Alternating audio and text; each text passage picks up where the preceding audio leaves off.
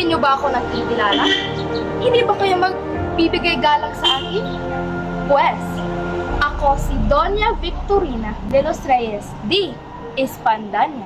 Niyo ang kolorete sa aking mukha, ang mga garang at mahahaba kong kasuotan na tila lang para sa isang mistisa.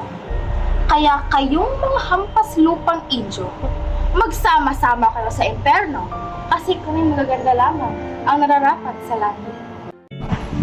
Alam niyo ba, noong bata ako ay marami nakagusto sa akin at marami gustong mag-ikan. Ngunit, italakwil ko silang lahat dahil sila ay Indio, no?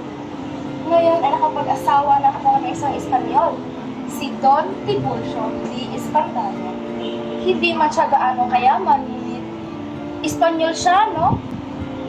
Ang napili kong karakter sa El Filibusterismo ay si Doña Victorina.